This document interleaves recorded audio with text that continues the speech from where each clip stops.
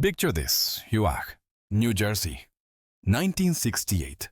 A tiny girl, barely 5 years old, standing in her mother's living room. She's wearing a wig that's way too big for her head, high heels that she can't even walk in properly, and in her hands, a broom. Just a regular household broom. And she's singing. Not playing, not pretending. Singing, with a voice that shouldn't exist in a child that young. Her brother Gary is watching from the doorway. He doesn't know it yet, but he's witnessing something that will echo through music history for the next 5 decades. This is the story of the moment Whitney Houston discovered who she was born to be. But to understand why this moment mattered so much, we need to go back to where it all began. August 9th, 1963. Presbyterian Hospital, Newark, New Jersey. Emily Cissy Houston gave birth to a baby girl. They named her Whitney Elizabeth Houston. But this wasn't just any baby. This was a child born into music royalty. Her mother? Cissy Houston, gospel legend, session or singer extraordinaire. A woman with a 3-octave range who sang backup for everyone who was anyone. Her father? John Russell Houston Jr., Army veteran, future entertainment manager, a man with ambition. Her cousin, Dionne Warwick, already on her way to becoming one of the biggest pop stars in the world. Her godmother, the Aretha Franklin, the Queen of Soul herself. Another godmother, Darlene Love, and family friend, Roberta Flack, Gladys Knight, Chaka Khan. Whitney Elizabeth Houston wasn't just born into music. She was born into a dynasty. But let me tell you something about Newark in the 1960s. This wasn't some fairy tale. This was a city on fire, literally. The Houston family lived on Wainwright Street in the Central Ward, a predominantly black neighborhood where poverty, discrimination, and frustration had been building for years. July 12th, 1967. Whitney was 3 years old. And on that sweltering summer night, Newark exploded. A black cab driver named John Smith was pulled over and beaten by police. Within sight of a housing project, an angry crowd gathered. 5 days of rioting followed. 26 people died. Over 1,000 injured. More than $10 million in damages. The National Guard rolled in with tanks. Armored vehicles blocked off streets. Bullets flew through the air. And little 3-year-old Whitney Houston. She was lying on the floor of her family's home on Wainwright Street, listening to gunfire crack above her head. In later interviews, Whitney would recall that night, the terror, the confusion, the sound of bullets. Her family pressed to the floor, waiting for it to end. This was the world Whitney Houston was born into, a world of violence and struggle, but also a world of music. Because while Newark was burning, while America was tearing itself apart, there was one place where all of that pain, all of that struggle, all of that rage could be transformed into something beautiful. The church, New Hope Baptist Church, 106 Sussex Avenue, University Heights, Newark. This was Cissy Houston's home. She'd been a member since she was 19 years old. She'd become minister of sacred music in 1953, 14 years before Whitney was born. She led that choir. She built that choir from 15 voices to 60. And every Sunday, every Wednesday night, every time those doors opened, the Houston family was there. But here's what most people don't understand. For the Houston family, gospel music wasn't just something that happened at church. It was everything. Gary Houston, Whitney's older brother, said it best. Gospel was in her heart. We woke up to and went to sleep to gospel. She would sing exactly what she heard my mother and her siblings. No secular music. It was all gospel. Think about that for a second. No secular music. None. No Motown, no pop, no rock and roll, was gospel. Morning, noon, and night. That was the soundtrack of Whitney Houston's childhood. Now, 1968 was a massive year for Cissy Houston. Because while she was raising 3 kids in riot-torn Newark, while she was leading the choir at New Hope Baptist Church every Sunday, she was also one of the most in-demand session singers in the entire music industry. In 1967, Cissy had co-founded a group called The Sweet Inspirations with her nieces Dee, Dankudim Diest and Dionne Warwick, along with Doris Troy, Sylvia Shemwell, Myrna Smith, and Estelle Brown. And in 1968, they released a song that became a top 20 hit, Sweet Inspiration. But that's not all they were doing. The Sweet Inspirations were the backup singers for some of the biggest names in music. Van Morrison's Brown-Eyed Girl, that's Cissy Houston.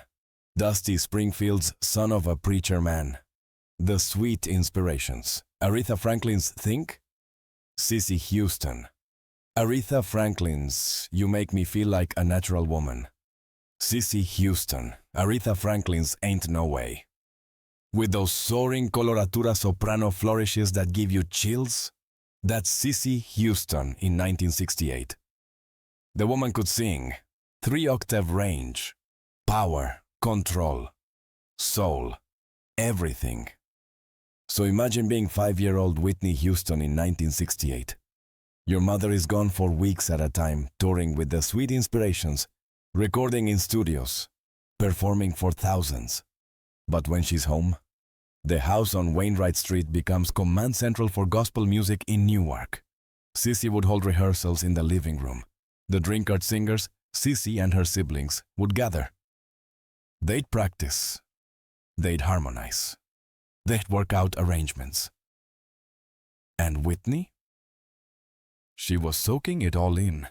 Gary Houston remembered it vividly. His little sister, barely 5 years old, would sit and listen. She wouldn't say anything. She'd just absorb. And then, when everyone left, the show would begin. In March 2023, Gary Houston sat down for an interview to promote a new posthumous gospel album and documentary, I Go to the Rock, the gospel music of Whitney Houston. And during that interview, he shared a memory that stopped everyone in their tracks. Gospel was in her heart. I recall my sister around the age of 5 wearing our mother Cissy Houston's wig and high heels while using a broom as a microphone. Let that image sink in for a moment. 5-year-old Whitney Houston. 1968. The house on Wainwright Street. Cissy is away, singing backup for Aretha Franklin in some studio somewhere. And little Whitney goes into her mother's room. She finds one of Cissy's wigs. These were the late 1960s, big, glamorous, perfectly styled wigs. She puts it on her tiny head. It's huge. It's sliding down over her eyes. She finds a pair of Cissy's high heels. She can barely walk in them. She's stumbling, laughing. And then she grabs a broom, and Gary is watching from the doorway. Maybe their brother Michael is there too. They're probably laughing at first. Because it's cute, right? A 5-year-old playing dress-up. But then, Whitney starts to sing. And it's not a child's voice. It's not off-key. It's not some cute approximation of gospel music. She's singing exactly what she heard. The exact notes, the exact inflections, the exact phrasing that Cissy and her siblings had been rehearsing just hours before. Gary said she would sing exactly what she heard my mother and her siblings. Not kind of like them. Not close. Exactly. Perfect pitch, perfect tone, perfect soul. At 5 years old, she's doing the runs, the melisma, the emotional peaks and valleys. She's feeling it. The same way she watched her mother feel it in church. The same way she watched Aretha feel it on those rare occasions when Aunt Ree would visit the house. And Gary Houston is standing there, watching his baby sister. And he knows.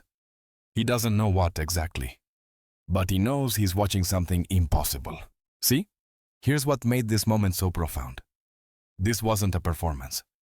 Whitney wasn't trying to impress anyone. She probably didn't even know Gary was watching. This was a child playing, exploring, experimenting. But what she was really doing, she was discovering her true self. Because Whitney Houston, the real Whitney Houston, not the pop star, not the celebrity, not the troubled icon we'd later know, was a gospel singer. Gospel music wasn't something she learned. It was something she was. It was in her DNA, in her soul, in every fiber of her being. That same year, 1968, Whitney joined the choir at New Hope Baptist Church. She was 5 years old, the same age as her mother had been when Sissy started singing gospel with her siblings, history repeating itself. And Gary Houston said something else in that interview that breaks your heart. We woke up to and went to sleep to gospel. That was their life. Not just music, their entire existence was wrapped in gospel, in faith, in the church, in that connection to something bigger than themselves. And Whitney loved it. So why does this moment, this 30 seconds of a 5-year-old playing dress up with a broom, matter? Because it reveals the truth about Whitney Houston. For decades, the media would tell one story about Whitney. The tragic story. The drug addiction. The abusive marriage to Bobby Brown, the tabloid headlines. The decline. The death. But that's not who she was. Whitney Houston was a church girl, a gospel singer who happened to become a pop star. Not the other way around. That little girl in 1968, wearing her mama's wig and singing into a broom, that was the real Whitney. The Whitney who would stand in church at age 12 and sing, "Guide me, O thou great Jehovah," so powerfully that the entire congregation wept. The Whitney who in 2010 would surprise a gospel concert audience by duetting with Kim Burrell on "I Look to You," giving the best vocal performance she delivered in years. The Whitney who, just 48 hours before her death in 2012, would perform "Jesus Loves Me" at Kelly Price's party with a voice that was hoarse and damaged, but still full of faith. In 2013, Sissy Houston published a memoir about her daughter, Remembering Whitney, a mother's story of life, loss, and the night the music stopped. And in that book, Sissy talked about how Whitney would sometimes, especially during those grueling world tours, feel like she was losing herself. Whitney would tell people backstage, "Okay, it's time to go be Whitney Houston," like she was putting on a costume. Or, "I'm tired. It's time to put Nippy to bed." Nippy, her childhood nickname. The public Whitney Houston, the glamorous superstar, was a performance. The real Whitney, that was Nippy, the church girl, the one who woke up to gospel and went to sleep to gospel, the one who, at 5 years old, couldn't help but put on a wig and heels and sing her heart out into a broom. That's who she wanted to be. And that's why, when Whitney died on February 11th, 2012, her funeral wasn't held at some glamorous Los Angeles cathedral. It was held at New Hope Baptist Church, Newark, New Jersey, 106 Sussex Avenue, where it all began, where 5-year-old Whitney first joined the choir, where 12-year-old Whitney first sang solo and brought the congregation to tears, where the real Whitney Houston lived. February 18th, 2012, New Hope Baptist Church. The church was packed, millions watching worldwide on television. R. Kelly performed "I Look to You," the song he'd written for Whitney back in 1996, the song Clive Davis had held on to for 12 years until the perfect moment, the song that became the title track of her final comeback album. Kevin Costner gave a speech about the girl behind the superstar. Alicia Keys performed. Stevie Wonder performed. But it was Sissy Houston who understood the truth. Her daughter had come home. Not to Hollywood, not to Beverly Hills, not to the spotlight. Home to Newark. Home to New Hope Baptist Church. Home to the place where a 5-year-old girl first discovered that music wasn't something she did. It was something she was. Gary Houston, the brother who watched his baby sister sing into that broom in 1968, the brother who witnessed that moment of pure, unfiltered joy, said something in that 2023 interview that'll break your heart. He said he still feels Whitney's spirit when it rains, when a bird visits him at home, when the doorbell rings. When the doorbell rings, I think it's her. 44 years separated that little girl with a broom from the woman who drowned in a Beverly Hilton bathtub. 44 years of triumph and tragedy, of #1 hits and tabloid scandals, of Grammy Awards and rehab stints, of sold-out stadiums and broken relationships. But underneath all of that, she was still that same 5-year-old girl, wearing her mama's wig, stumbling in high heels way too big for her feet, holding a broom like it was the most precious microphone in the world, singing gospel. Because that's what she loved. That's what she was. In March 2023, when Gary Houston shared that memory of 5-year-old Whitney, he was promoting I Go to the Rock, the gospel music of Whitney Houston, a posthumous gospel album and documentary designed to remind the world of something they'd forgotten. Whitney Houston was a gospel singer first, pop star second. The little girl with the broom? She never really left.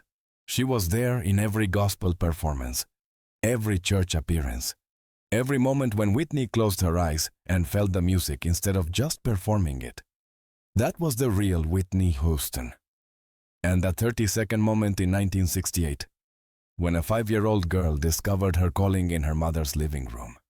That was the moment that changed everything.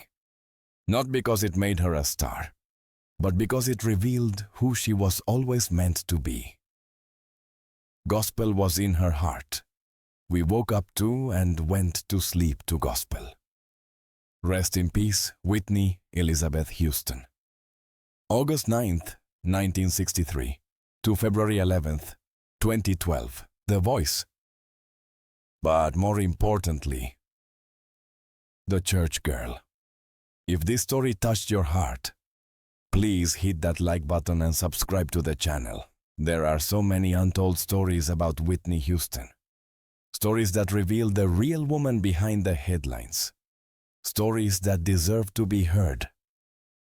Drop a comment below and tell me, what's your favorite Whitney Houston gospel performance? Have you ever heard her sing I Look to You with Kim Burrell or Jesus Loves Me from the Bodyguard soundtrack? And if you knew someone who loved Whitney Houston, share this video with them. Let's remember her not for how she died, but for how she lived. For that little girl with a broom who just wanted to sing gospel. Thank you for watching. And remember, gospel was in her heart.